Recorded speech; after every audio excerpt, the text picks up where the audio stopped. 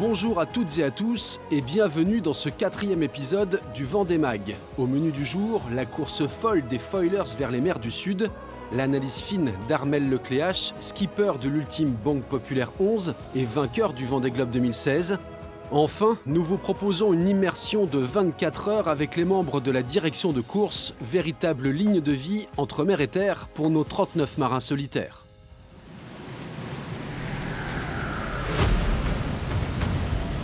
Bon, 25-26 nœuds et vitesse à 21 au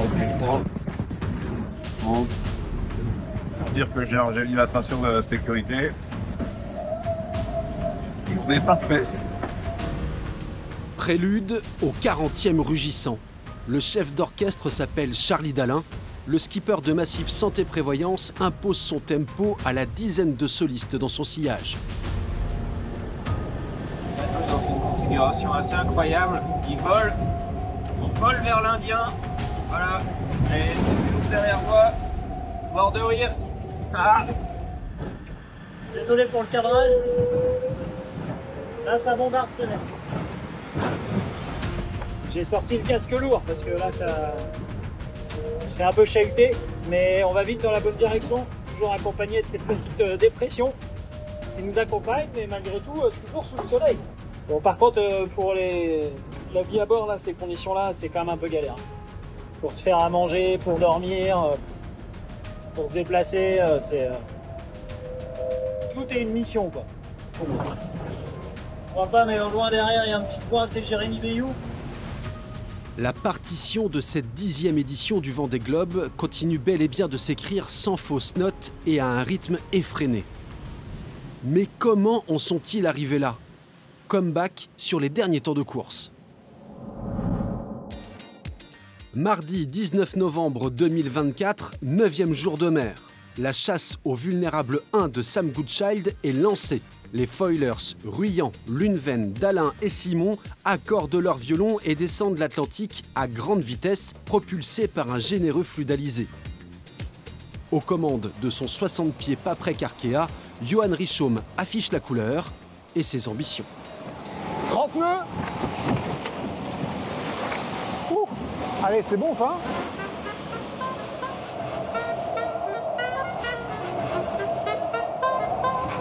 Ça déboîte.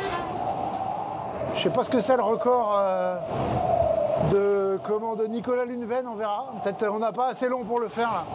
Et ça va être un bord très sympa. Il n'y a pas trop de mer. 18, 19 nœuds. Ouh. Allez, on abat. Il a failli perdre le safran. Là. 27, 28, 29. Allez, il abat en plus dans la vague. C'est bon ça. Ah bon, ça lasse pas. Hein. Il rafle le record des 24 heures en solitaire et en monocoque à son ami Nicolas Lunven. Oh, j'ai un petit message pour Nico Lulu, mec, je suis désolé. Je suis vraiment triste pour toi. Mais je t'ai piqué ton record du monde, mec! 551 000! Allez, la revanche dans le sud. Ciao, ciao!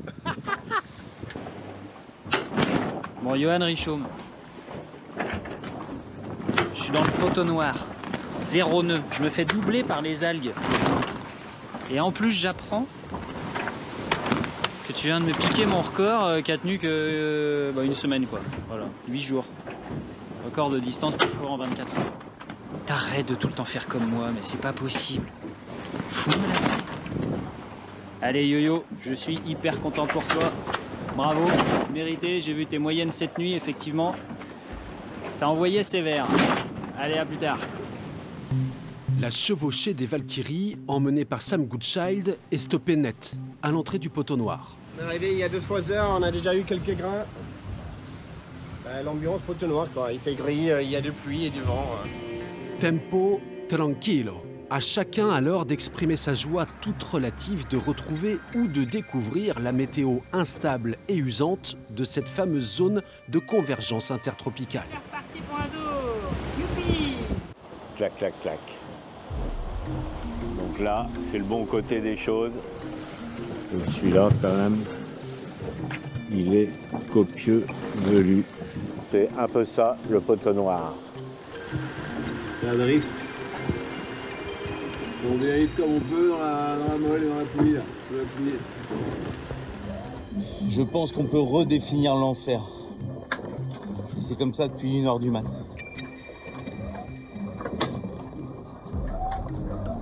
On rentre dans le poteau noir.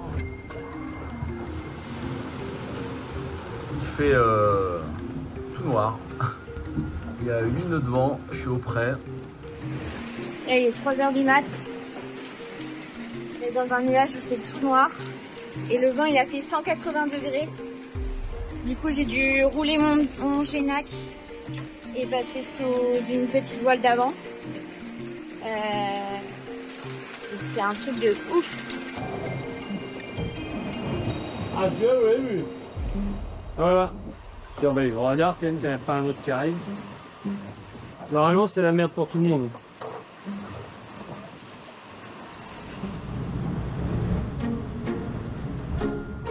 Face au défi du temps long, l'heure est aux menues réparations, entretien divers du bateau et aussi du marin.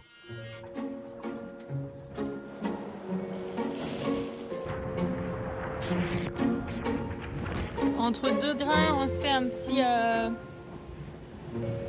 Qu'est-ce que c'est? Un petit taboulé. Ça a l'air pas mal.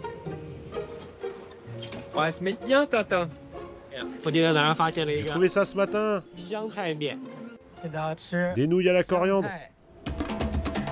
Une douzaine d'heures plus tard, les foilers sortent du poteau noir et c'est reparti, la main sur la manette des gaz. Ça y est, wouhou, on a retouché du vent. C'est top. Là, on est à 15-16 nœuds. Et régulièrement, on est autour des 20 nœuds. Waouh, il a tout dessus. À la bagarre avec Johan Richomme maintenant. Donc on peut même pas aller se reposer. C'est une régate acharnée, mais bon, ça avance bien. Et puis il fait chaud, humide, dans mon tupperware en carbone. Thomas Ruyant, dont l'option la plus à l'ouest de la flotte s'avère payante, descend en bord direct depuis le Cap-Vert jusqu'à l'équateur. Il est ainsi le premier à pointer le bout de son étrave dans l'hémisphère sud. C'est fait, on est dans l'hémisphère sud. On est presque au moment du coucher de soleil.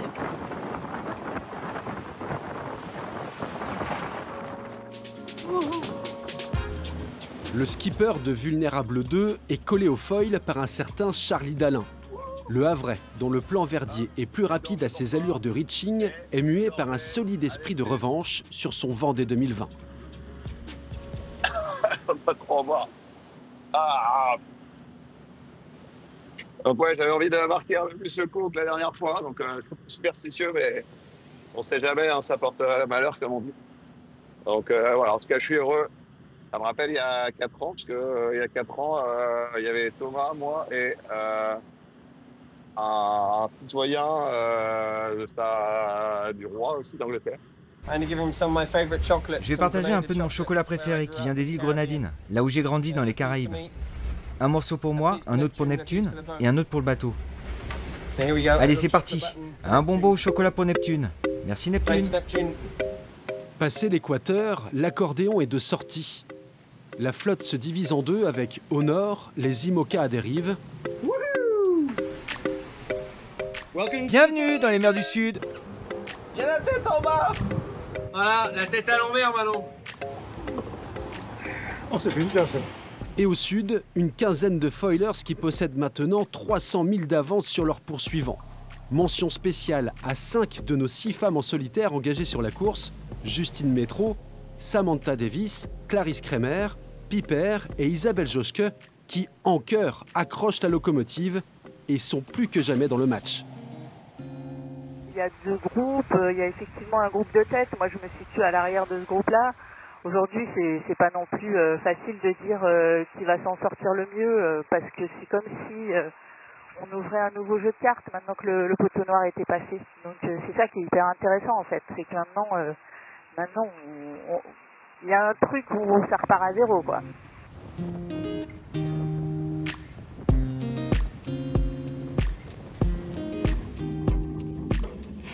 C'est quand même assez fou ce bateau. Il y a une demi-heure, j'étais en train de me dire il faut changer de voile, ça y est, ça a molli. Et là, il y a 3 nœuds de vent en plus. Et les bateaux, bah, entre 25 et 32. On a sorti les casques.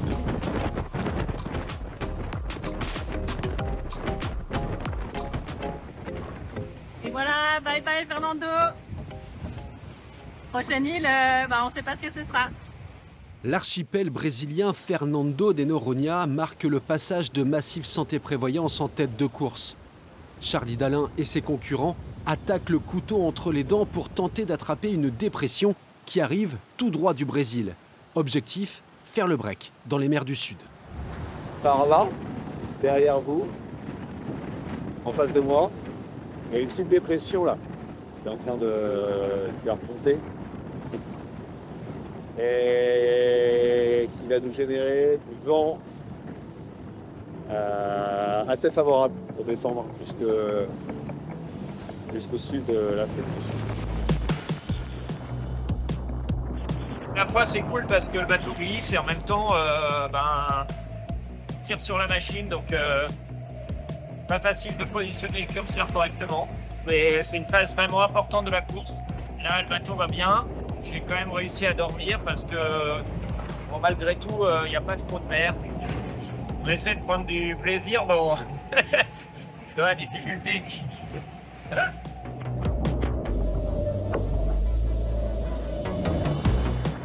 Mais il faut continuer d'attaquer parce que toute cette dépression, il faut l'accompagner, parce que sinon on se retrouve dans la molle, pas de vent.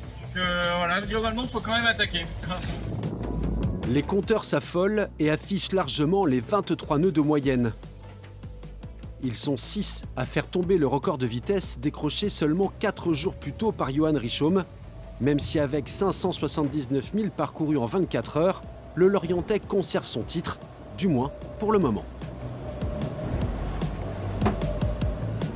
Vent fort et mer formée, aucun doute que ces conditions mettent bateaux et marins à rude épreuve, à l'image d'un Jérémy Bayou qui souffre du genou déjà depuis quelques jours. On a un peu changé de monde là. Les conditions sont quand même beaucoup plus costauds. Là, ça va un peu mieux physiquement. Heureusement parce qu'il y a eu pas mal de boulot à bord. Il y a eu un gros pépin de gréement compliqué, bien fatigant et bien stressant. Donc voilà, j'espère que ça va être chaud. C'est un moment stratégique de la course.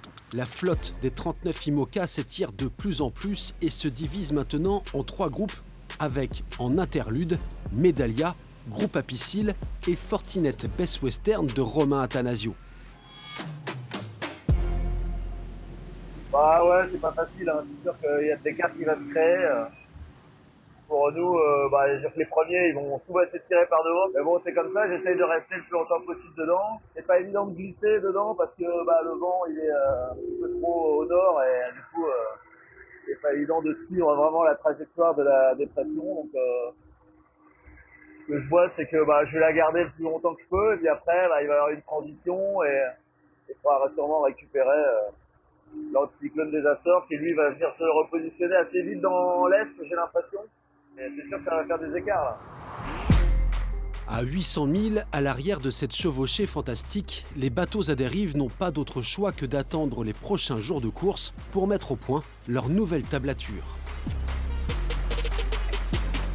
Là, il ne va pas se passer grand chose pendant 3-4 jours. Là, il n'y a pas vraiment de coup stratégique à faire.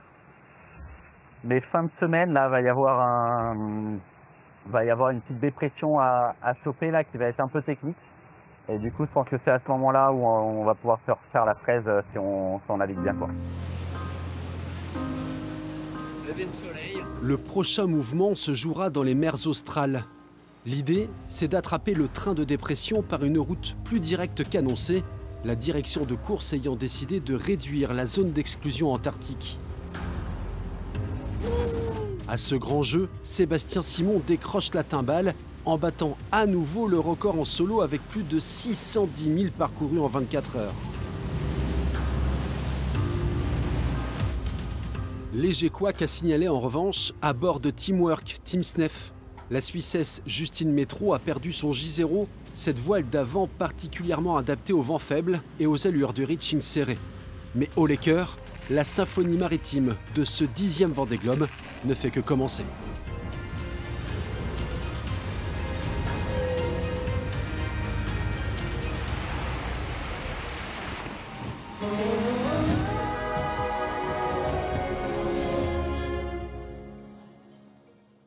Nous le voyons depuis quelques jours déjà, depuis l'entrée de la flotte dans l'Atlantique Sud, les compteurs s'affolent à bord des foilers, atteignant des vitesses moyennes de 23, 24, voire 25 nœuds. Alors, pour nous en parler, nous avons la chance d'accueillir avec nous aujourd'hui le vainqueur du Vendée Globe 2016, j'ai nommé Armel Lecléache. Armel, bonjour. Bonjour Christian. Que vous inspirent ces speed tests grandeur nature ? Eh ben, ça fait plaisir de voir ces moyennes en ce moment sur les premiers bateaux. Les conditions sont favorables à aller très vite. On a notamment un peu de manœuvre pour les marins, à part peut-être quelques changements de voile, mais il n'y a pas d'empannage, de changement de trajectoire. Et puis les conditions météo sont excellentes. Ils ont entre 20 et presque 30 nœuds de vent, avec des conditions de mer pas trop agitées. Donc là, ça permet à ces nouveaux bateaux de montrer tout leur potentiel sur plusieurs heures, voire même plusieurs journées, parce que là, ça s'enchaîne les journées à plus de 500 000, voire pas loin des 600 000. Alors, chose étonnante qui peut surprendre, entre la position du leader Charlie Dalin aujourd'hui et votre position de leader il y a 8 ans, il y a quasiment 1000 milles de différence. Comment expliquer ça? Alors, je suis peut-être un petit peu plus précis, c'est-à-dire que moi, j'avais parcouru 1000 milles de plus sur la route, mais en fait, en distance au but, on est plutôt à un peu plus de 500 000. Alors, elle s'explique parce que les marins de cette édition de 2024 n'ont pas eu beaucoup de vent, notamment après l'île de Madère, entre l'île de Madère et le Poteau Noir. Ça n'a pas été très rapide, donc ils avaient pris pas mal de retard. Je crois qu'ils avaient quasiment 2 jours de retard sur le temps de référence, qui est celui d'Alex Thompson.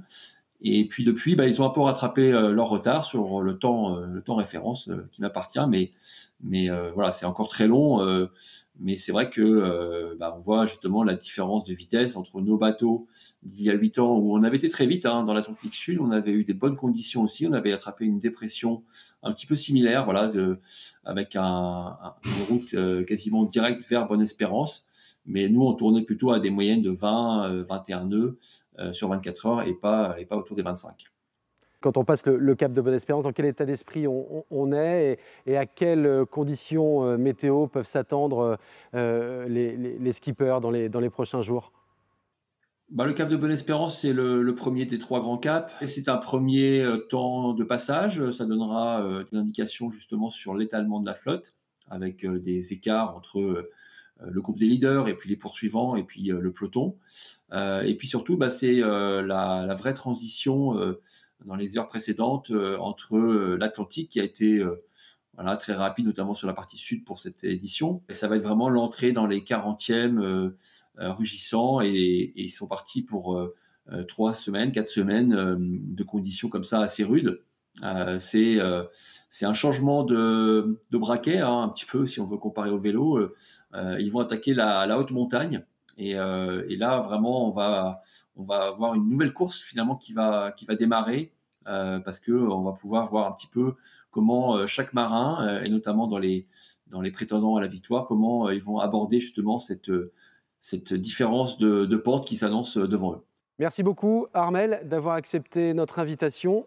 Je vous propose maintenant une immersion avec les membres de la direction de course de ce Vendée Globe, le lien privilégié entre la mer et la terre.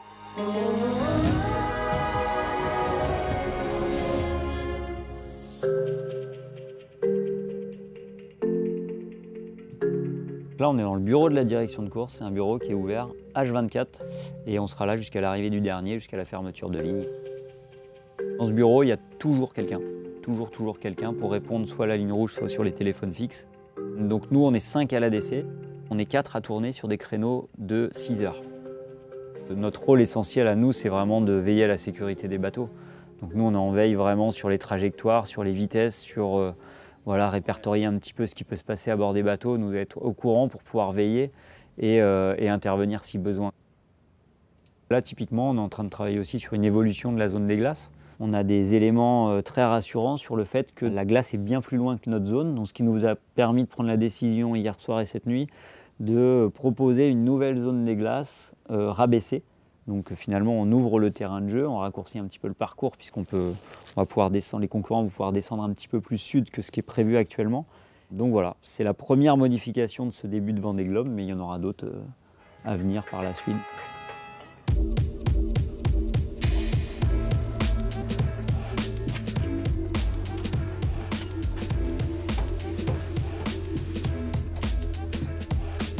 Salut Fabien. Comment que c'est? Là, ça déboule toujours autant avec les vitesses, avec le front, là? Non, ça s'est calmé quand même. Ouais, c'est fini ça. Là, le point de référence pour le classement, c'est le point glissant, là? Ouais. Afficher la route. Ah ouais, c'est celui-là, ouais. Passage de relais, on essaye quand même d'arriver un petit quart d'heure avant leur ronde, on va dire, pour essayer de faire un petit croisement et savoir un petit peu ce qui s'est passé dans son quart. Toutes les correspondances, soit avec les coureurs ou les team managers. Et puis s'il y a des choses un petit peu touchy ou délicates, ben, c'est vrai que le croisement peut durer plus longtemps puisqu'on n'est pas à un quart d'heure près entre nous, loin de là, au contraire. C'est un métier passionnant de faire ça, c'est quelque chose d'un petit peu unique dans son genre, les directions de course sur un Vendée Globe et surtout avec 39 solitaires qui vont s'engager maintenant dans les mers australes. Même si on ne peut pas tout faire, on est quelque part un petit peu des gardiens, sans prétention, parce que c'est sur l'eau que ça se passe, mais on a une mine de rien, on a une sacrée tâche à assumer. On a fait le tour. Ok. Bon, il en manque encore quelques-uns. New Europe, tu l'as celui-là? Oui. Bonne soirée, à demain. Ciao.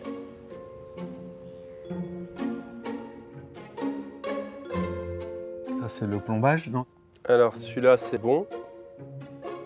Ok, je vais le rajouter. Dans le but de contrôler un petit peu la flotte, on a demandé à tous les bateaux de nous envoyer un code à côté du plombage moteur en position pour s'assurer que le plombage n'a pas été cassé, que personne n'utilise son moteur. Donc tout ça, ça prend quand même du temps pour 40 bateaux. T'en as eu d'autres depuis? Sam Davis et Medallia. C'est aussi dans un but de renforcer un peu le rôle de l'arbitrage, parce que c'est une aventure, mais c'est aussi une course avec des règles. Tu peux très bien prendre ton bateau tout seul et faire un tour du monde tout seul, si tu veux. Donc, sûrement pas l'âme de tricheur, mais c'est vrai que si tu utilisais ton moteur 1 heure ou 2 sur un passage de dorsale, tu pourrais très vite récupérer du vent et t'en aller. Alors. Donc le Seb Marseille, cette tête, il a un super smile. Je vais l'appeler, tiens.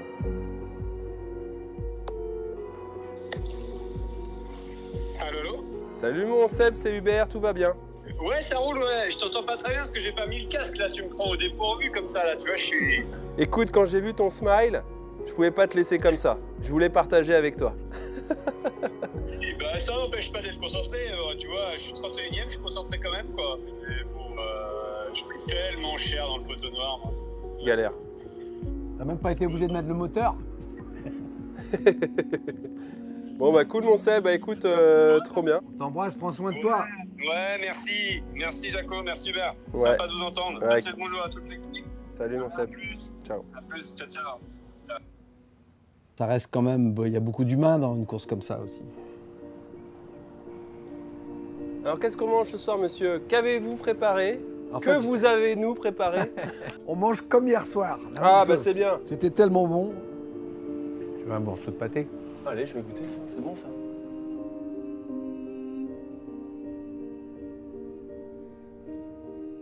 Ouais Jean-Luc? Richaume, t'as pas confirmé, hein? T'as pas validé vers Richaume? Non, Richaume, il y est pas. Ça va être la fin du quart jusqu'à minuit et il y a Claire qui va récupérer le quart de minuit 6h, le meilleur. Salut Claire. Ça va?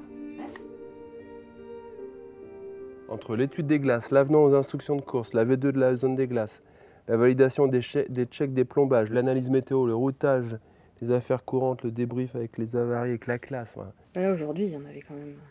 Ouais, il y avait de quoi faire. Bon, Claire, moi je vais filer à l'anglaise. Hein.